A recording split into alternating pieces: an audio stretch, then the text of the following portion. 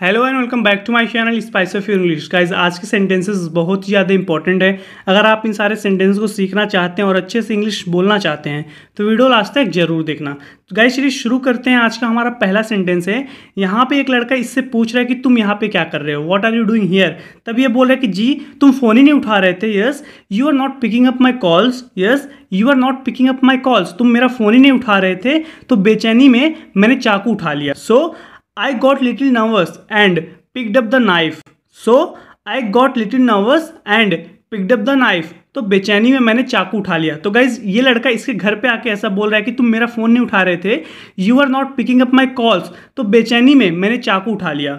So I got little nervous and picked up the knife. भाई मुझसे गलती हो गई। I slipped up brother. I slipped up brother. भाई मुझसे गलती हो गई। तो गाइज स्लिप अप इसका मतलब होता है, यह एक फ्रेजल वर्ब है। इसका मतलब होता है कि टू मेक अ मिस्टेक, यानी कि गलती करना। तो वही ये बोल रहा है कि आई स्लिप्ड अप ब्रदर। भाई मुझसे गलती हो गई। गाइज स्लिप का पास्ट हो जाएगा स्लिप्ड। आई स्लिप्ड अप ब्रदर। भाई मुझसे गलती हो गई, दोबारा नहीं होगी ऐसी गलती। I will not make this mistake again. I will not make this mistake again. दोबारा नहीं होगी मुझसे ऐसी गलती। I won't make this mistake again. Abir मैंने तुम्हें क्या सिखाया है बेटा। Abir remember what I taught you son. Abir remember what I taught you son. Abir मैंने तुम्हें क्या सिखाया है बेटा, यानी कि बेटे याद करो जो मैंने सिखाया है। Remember what I taught you. तब ये बोल रहा है कि यदि आप पाप करोगे तो आपको भुगतान करना होगा। If you sin you have to pay. If you sin you have to pay. Sin का मतलब होता है इसकी पाप। इफ़ यू सिन यदि आप पाप करोगे, यू हैव टू पे आपको भुगतान करना होगा। अगर तुम्हारा अंदाज गलत निकला या हमसे कोई गलती हुई, if your hunch is wrong और we make a mistake. If your hunch is wrong और वी मेक अ मिस्टेक, तो यह देश कभी तुम्हें माफ़ नहीं करेगा। This country will never forgive you. This country will never forgive you. यह देश तुम्हें कभी माफ़ नहीं करेगा। तो गाइज यहाँ पे ये बोल रहा है कि अगर तुम्हारा अंदाजा गलत निकला या हमसे कोई गलती हुई, if your hunch is wrong और we make a mistake. Hunch का मतलब होता है गाइज अंदाजा। If your hunch is wrong और वी मेक अ मिस्टेक, अगर तुम्हारा अंदाजा गलत निकला या हमसे कोई गलती हुई, this country will never forgive you. यह देश तुम्हें कभी माफ़ नहीं करेगा। तब ये बोल रहा है गाइज कि राम जी भी अंदाजे से सीता जी को ढूंढने निकले थे। Even Lord Ram set out to find Mother Sita on a hunch. Even Lord Ram set out to find Mother Sita on a hunch. Ram ji भी अंदाजे से सीता जी को ढूंढने निकले थे। तो गाइज हंच का मतलब होता है कि अंदाजे से, और सेट आउट, सेट आउट का मतलब होता है गाइज कि प्रस्थान करना, यात्रा पर जाना। तो इस जगह पे आप सेट आउट का यूज़ कर सकते हैं जब भी आप कहीं पे जा रहे हैं यात्रा करने या कहीं आप प्रस्थान कर रहे हैं। जैसे मैं बोल सकता हूँ कि I am ready to set out for Kedarnath. I am ready to set out for Kedarnath, यानी कि मैं तैयार हूँ प्रस्थान करने के लिए, मतलब केदारनाथ मंदिर जाने के लिए मैं तैयार हूँ। जैसे आप बोल सकते हो कि the pilgrims have set out for Kedarnath. The pilgrims have set out for Kedarnath, यानी कि केदारनाथ के लिए रवाना हो गए तीर्थयात्री। पिलग्रिम्स का मतलब होता है इसकी तीर्थयात्री। तीर्थयात्री जो थे केदारनाथ के लिए रवाना हो चुके हैं। The pilgrims have set out for Kedarnath या I am ready to set out for Kedarnath. तो इस तरीके से गाइज आप सेट आउट का यूज़ कर सकते हो। और हंच का मतलब होता है कि अंदाजे से। आगे देखते हैं। पर पहुंच गए थे रावण तक, but he found Ravan. But he found Ravan, तो पहुंच गए थे रावण तक। ये बोल रहा है गाइज कि even lord Ram set out to find mother Sita on a hunch. Ram ji भी अंदाजे से सीता जी को ढूंढने निकले थे, but he found Ravan, but पहुंच गए थे रावण तक। इस बार भारत शोक नहीं मनाएगा। This time India will not mourn. This time India will not mourn, इस बार भारत शोक नहीं मनाएगा, यानी कि मोर्न का मतलब होता है कि शोक मनाने या मातम। This time India will not mourn, यानी कि इस बार भारत शोक नहीं मनाएगा या इस बार भारत मातम नहीं मनाएगा, कोई और मनाएगा। Someone else will. Someone else will, यानी कि कोई और मनाएगा। Someone else will.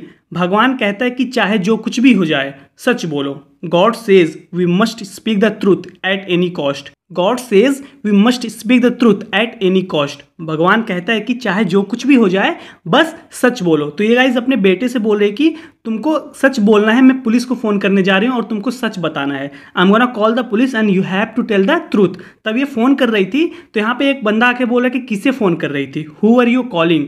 Who are you calling, किसे फ़ोन कर रही थी। Who are you calling. भूलो मत, फिलहाल तुम अपने बेटे से हफ्ते में केवल 2 घंटे के लिए ही मिल सकती हो। Don't forget, right now you can only see your son for 2 hours in a week. Right now you can only see your son for 2 hours in a week, भूलो मत, don't forget, right now you can only see your son for 2 hours in a week, लेकिन जिंदगी भर उसे देख भी नहीं पाओगी, but you won't be able to see him for the rest of your life, but you won't be able to see him for the rest of your life, लेकिन जिंदगी भर उसे देख नहीं पाओगी, but you won't be able to see him for the rest of your life, अगर तुमने कोई गलत फ़ोन किया तो, if you make a wrong phone call, if you make a wrong phone call, अगर तुमने कोई गलत फ़ोन किया तो। गाइज ये बहुत गलत काम करता है, तो वही ये बोल रही थी कि मैं पुलिस को जा रहा हूँ बताने के लिए, तब ये बंदा बोल रहा है कि अगर तुम पुलिस को बताए या तुम किसी को फ़ोन किए, if you make a wrong call you won't be able to see him for the rest of your life, यानी कि ज़िंदगी भर तुम अपने बेटे को नहीं देख पाओगे। रॉय ने तुम जैसे निंदक और भ्रष्ट अधिकारी को लंदन भेजने का फैसला कैसे किया? How did Roy decide to send a cynical and corrupt officer like you to London? How did Roy decide to send a cynical and corrupt officer like you to London? Roy ने तुम जैसे निंदक और भ्रष्ट अधिकारी को London भेजने का फैसला कैसे किया? गाइस सिनिकल का मतलब होता है कि बेईमान, आप बोल सकते हो कि यानी कि कुटिल, जो बेईमान है, जो चालाक है, तो वही ये बोल रहा है कि how did Roy decide to send a cynical and corrupt officer like you to London? Roy ने तुम जैसे निंदक और भ्रष्ट अधिकारी को लंदन भेजने का फैसला कैसे किया? तब ये बोल रही है कि सोशल मीडिया पर अगर तुम मुझे फॉलो करते तो खुद पता चल जाता। You would have found out for your self if you had followed me on social media. You would have found out for yourself if you had followed me on social media। तो guys को आप पलट कर भी ऐसे ही बोल सकते हैं कि if you had followed me on social media you would have found out for yourself। अगर तुम सोशल मीडिया पे मुझे फॉलो किए होते तो तुम्हें खुद पता चल जाता। तो गाइस ये कंडीशनल थर्ड है। कंडीशनल थर्ड में हम लोग इसलिए कंडीशनल थर्ड का यूज करते हैं, यानी जब कोई पास्ट में कोई चीज़ होता है तो फिर बाद में हम लोग सोचते हैं अगर मैंने ऐसा किया होता तो ऐसा होता, या वैसा किया होता तो ऐसा होता। हम लोग सिर्फ कल्पना करते हैं, इमेजिन करते हैं। तो वही ये बोल रही है कि अगर तुम मुझे फॉलो किए होते तो तुम्हें खुद पता चल गया होता। You would have found out for your self if you had followed me on social media. तुम बस इस मिशन की सफलता के लिए प्रार्थना करो। You just pray for the success of this mission. You just pray for the success of this mission. तुम बस इस मिशन की सफलता के लिए प्रार्थना करो। You just pray for the success of this mission. तुम हिंदी अच्छी खासी बोल लेती हो। You speak Hindi rather well. You speak Hindi rather well. तुम हिंदी अच्छी खासी बोल लेती हो। तो गाइज रादर का मतलब बहुत जगह पे हम लोग यूज़ करते हैं और इसका कई जगह पे अलग अलग मतलब होता है, बट यहाँ पे रादर का मतलब है कि अच्छा खासा, काफ़ी अच्छा। You speak Hindi rather well, जैसे मैं बोलूँ कि यू सिंग रादर वेल, तुम अच्छा खासा गाना गा लेती हो। You speak English rather well, तुम इंग्लिश अच्छी खासी बोल लेती हो। तो इस तरीके से गाइज आप रादर का यूज़ कर सकते हैं। You speak Hindi rather well, तुम हिंदी अच्छी खासी बोल लेती हो। तब ये बोल रही कि वैसे इंडिया कभी गई नहीं हूँ। By the way I have never been to India. By the way I have never been to India, वैसे कभी मैं इंडिया गई नहीं हूँ। I have never been to India but I will someday, यानी कि मैं किसी दिन जरूर जाऊंगी। But I will someday, but I will someday. तुम्हारे दिमाग में कैलकुलेटर है? Do you have a calculator in your mind? Do you have a calculator in your mind? तुम्हारे दिमाग में कैलकुलेटर है? ये इससे पूछ रहे कि do you have a calculator in your mind? तुम्हारे दिमाग में कैलकुलेटर है? काफ़ी नाप तोल के बोलते हो। You always measure what you say. You always measure what you say, काफ़ी नाप तोल के बोलते हो। तो गाइज ये पूछ रही कि do you have a calculator in your mind? तुम्हारे दिमाग में कैलकुलेटर है? You always measure what you से, यानी कि काफ़ी नाप तोल के बोलते हो। यू ऑलवेज मेजर, यानी कि तुम हमेशा नाप तोल करते हो वॉट, जो तुम्हें कहना रहता है। You always measure what you say, काफ़ी नाप तोल के बोलते हो। वेल गाइज आज के इस वीडियो में इतना ही। जरूर बताना कि आपको वीडियो कैसी लगी। अगर वीडियो अच्छी लगी तो वीडियो को लाइक कीजिए और कमेंट करके गाइज जरूर बताइए।